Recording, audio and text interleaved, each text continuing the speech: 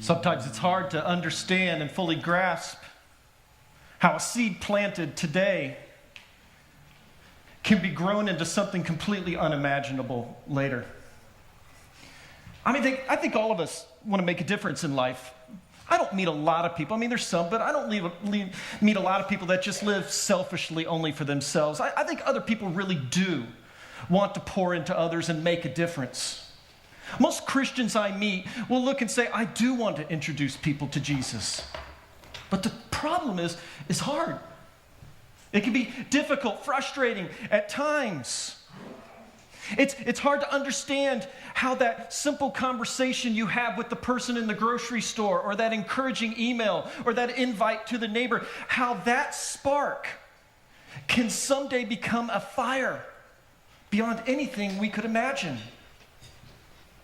It's hard because we don't see those pieces in between, and like Nate in that video, it took people talking, events, chance gatherings online, what seemed like random events along the timeline that eventually made their way to Nate making a decision for Jesus Christ.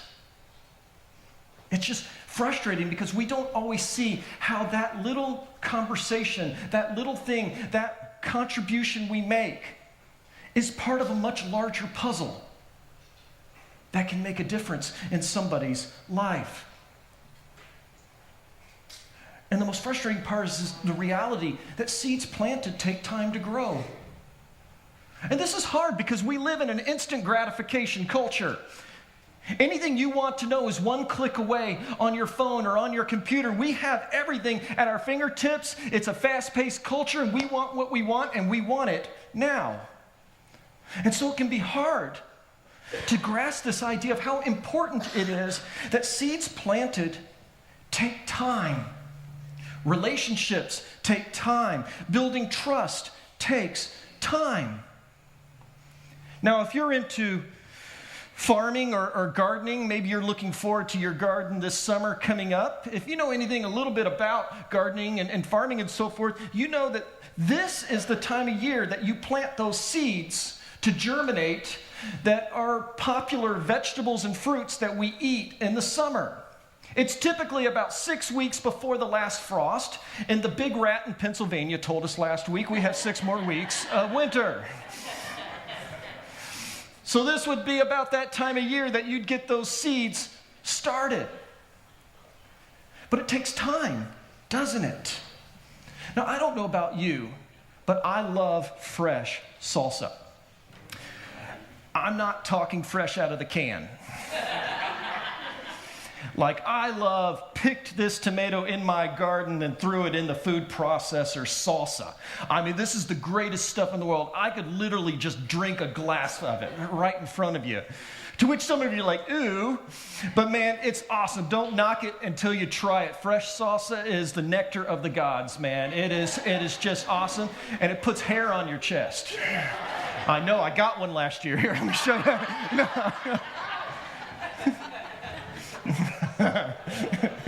If you weren't saying ooh, you are now. There's something you need to know about me, though. I am the Grim Reaper of the plant world.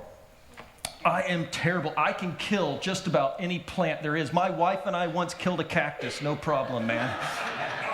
If you've got a plant, shrub, flower, whatever it may be, and you want it dead, bring it on over to my house. We'll take good care of it. I am like the original horticultural hitman. I can't grow anything, but for some reason, no joke, for some reason, I can grow tomatoes. And good ones, big ones, and just a bountiful amount of them, which is awesome for my salsa fetish. And so I love it, and I love making salsa. It's awesome. But if I were to plant tomato seeds today, which I won't, I will go buy the shortcut ones in May. But if I were to plant seeds today, I think we'd all agree it's pretty unreasonable to expect that I'd get salsa anytime soon. Why? It takes time. It's a process. It's a process of plowing and planting and watering and weeding before you can expect a harvest. I mean, let's face it, At soonest, maybe, that I'm going to get good tomatoes really that are ready for it is late July, early August sort of time frame on that. It takes time. It takes a process. You will find that getting to know other people, building trust, sharing your faith, doing life with them is much like this farming process. It takes time. It takes intentionality. You have to allow the process to take its course. And so I want to talk a little bit about that today. Because we say we're a church that wants to introduce people to Jesus, whatever it takes and wherever God sends us. So what does this process of introducing people to Jesus sometimes look like? I get it. Sometimes you can walk up to somebody and say, hey, would you like to know Jesus? And they do. But that's not common. I got to tell you, in my own life, it usually takes time. It takes investment of energy. You have to help pour into them. They have to know that you care. They have to know that you trust them and that they trust you. It's different. So what does that look like? I want to talk about that a little bit today, this idea of planting and watering and growing through a couple different stories that are in the Bible. The first one I want to talk about was written by a man named Paul to a church in a city called Corinth, which was a Roman city in the first century. Paul had started and planted a church in this city, and then he left because Paul planted churches all over the Roman Empire. He left that church then in charge with somebody else, and something interesting began to happen during his absence. During that time, a group of people kind of rose up and they said, you know what? It was Paul that introduced me to Jesus. He's kind of the one that invested and got me on that way. And so I'm a follower of Paul. And then another group, the man who had been left in charge afterwards, his name was Apollos. And they were saying, listen, it's Apollos who led me to the Lord and introduced me to Jesus. And so I'm a follower of Apollos. And what began to happen is these factions, these divisions began to develop inside the church in Corinth. And Paul got wind of this, and he wasn't very happy about it, and so he wrote this letter to address some of the issues in the church. I want to pick up on that story. It's in 1 Corinthians chapter 3. If you have your Bible or your electronic device, you can turn to there. It is inside your worship guide. It will be on the screens as well, too. Whatever way you are comfortable following along, I just encourage you to do so.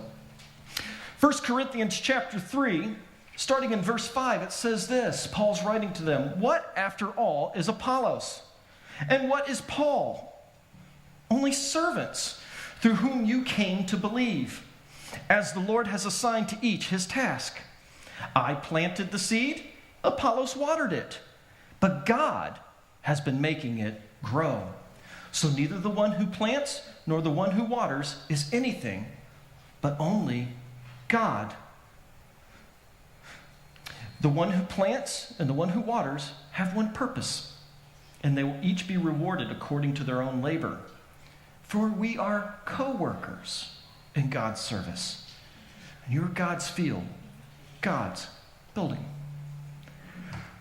Right away, we pick up a distinction here that's going to be important to our entire discussion today.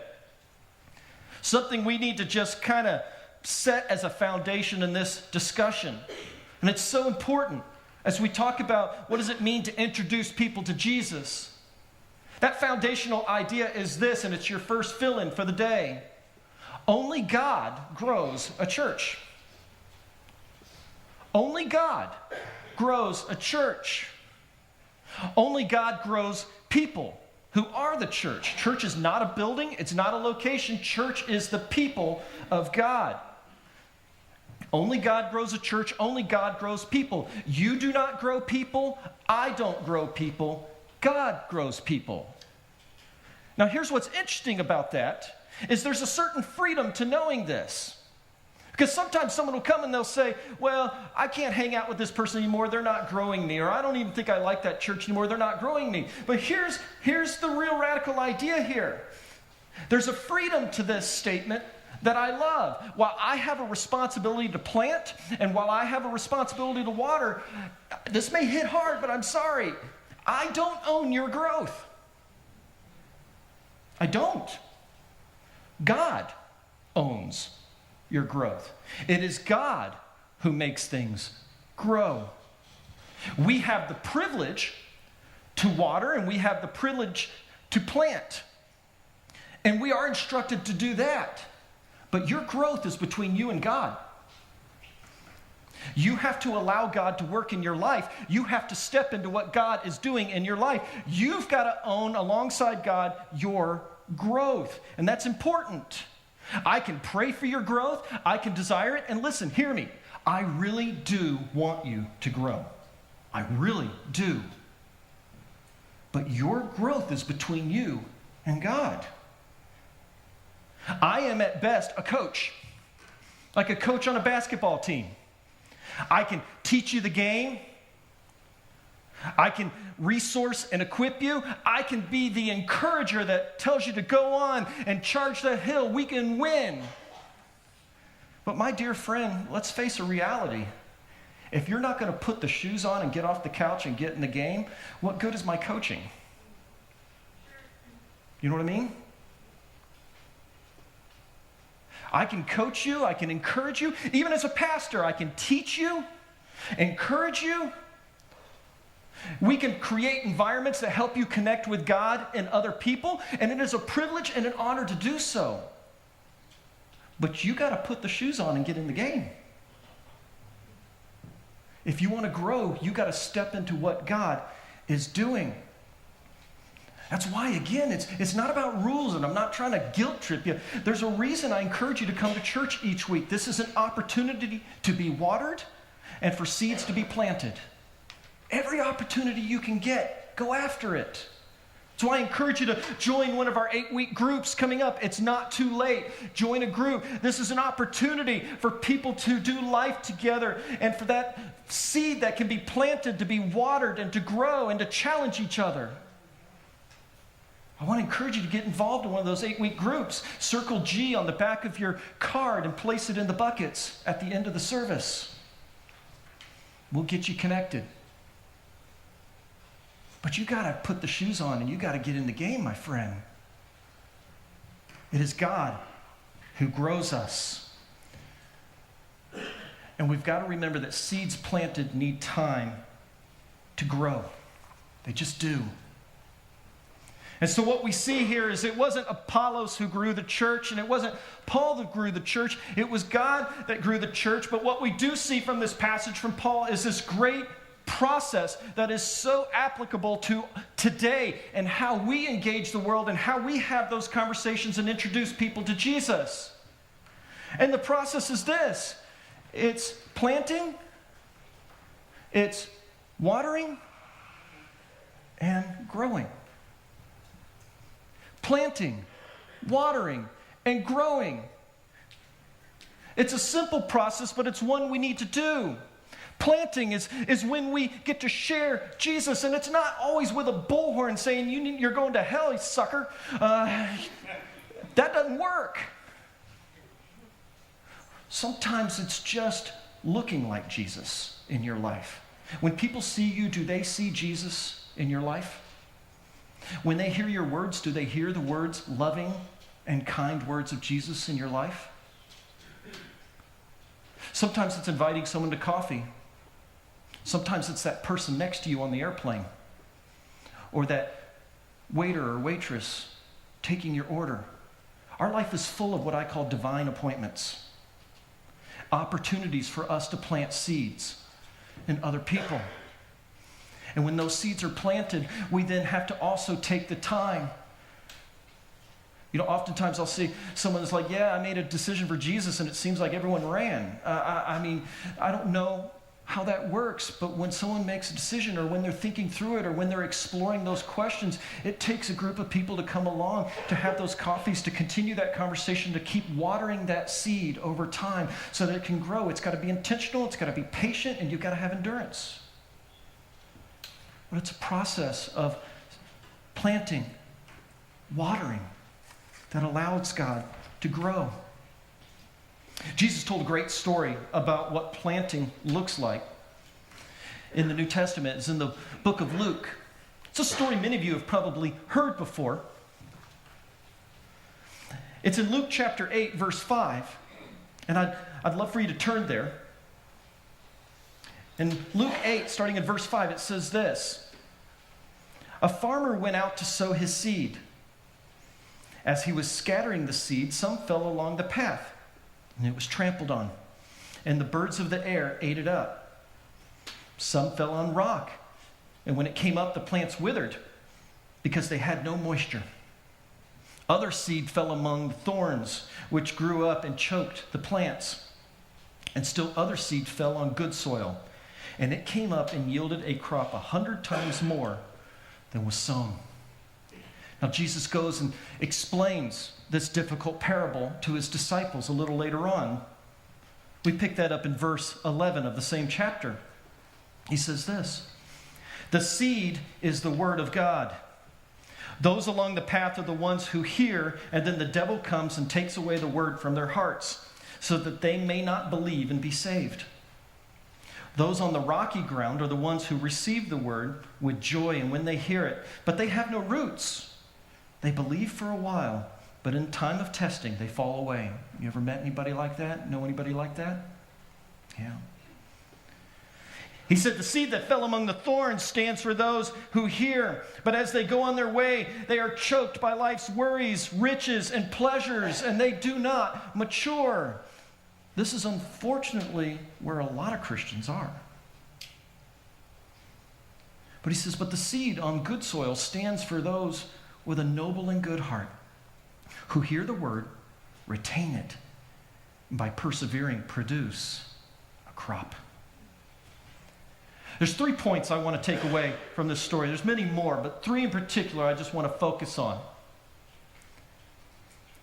The first point is this, that we need to understand when it concerns introducing people to Jesus and what our role is and who we are, and that's this: we are seed throwers.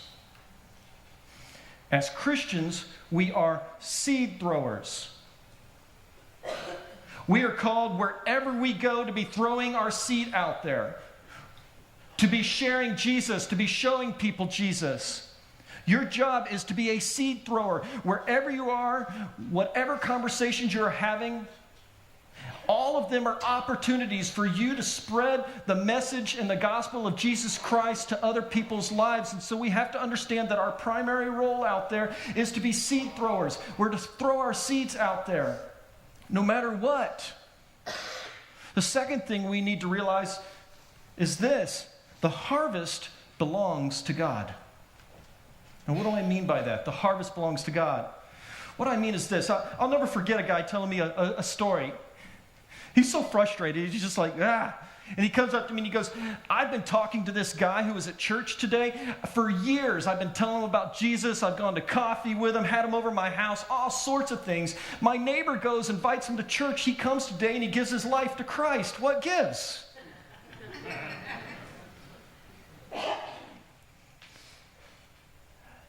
A reminder, though, is this: the harvest belongs to God, not to us. You may plant a seed and someone else may water it. And we're not to be thinking about that along the way. We're just called to plant our seeds out there. You may have a role, somebody else may. It's not about who won. It's a reality that church is a team sport. And it takes a team, it takes a village, it takes a tribe to make a difference in people's lives. What you did is just as important as what your neighbor did in this case. We all have a role to play, just like Nate, and there's many steps along the way that may affect that decision. Which gets us to the third thing we need to remember. Don't get discouraged. Don't get discouraged. As you hear this story that Jesus talked about, the seeds landed in one of 4 spots. Only one of those spots created a crop. Now, for those out there who love numbers, that means that's about a 25% success rate in this story. If I came to you today and said, I have an awesome investment opportunity and I'm 25% sure it's going to do pretty good. How excited are you at this investment opportunity? 25. Yeah, that's not great. And Jesus isn't giving us a formula here, but I do think he's making a point. Only one of the 4 seeds landed on good ground. But here's the most important thing as we look that we are seed throwers. Most important thing to remember is this: we're not supposed to determine which ground is good and which isn't. We're not to go out there and say, oh, that's the path, or that's the rocks, or that's the thorns and the bushes. No, we are called to go out there and throw our seed out there no matter what, and let the Lord be the Lord of the harvest. We're not supposed to discriminate and determine which is better or which is best. We're supposed to go out there and throw our seed wherever we go. We are seed throwers. Let God be the harvester. And there's a freedom to that. Do you see the freedom in that? You don't have to own that. That's his part in this. He says, you get out there and you plant, and you get out there and water, and I will grow.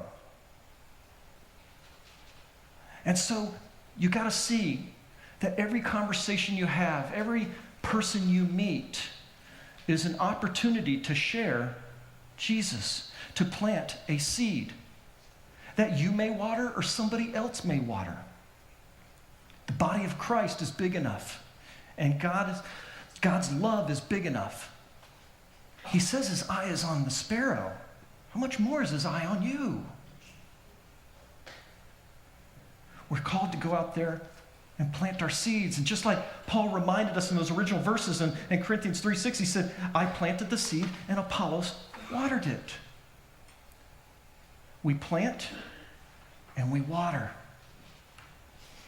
And again, that's why it's so important that you make those coffees and those lunches, that you speak into other people's lives. Who's mentoring you? Who are you mentoring? Those relationships are so important to water those seeds planted. Get in a group. Do life alongside other people. Come on a regular basis so that those seeds can be watered and God can grow it into something we have never imagined.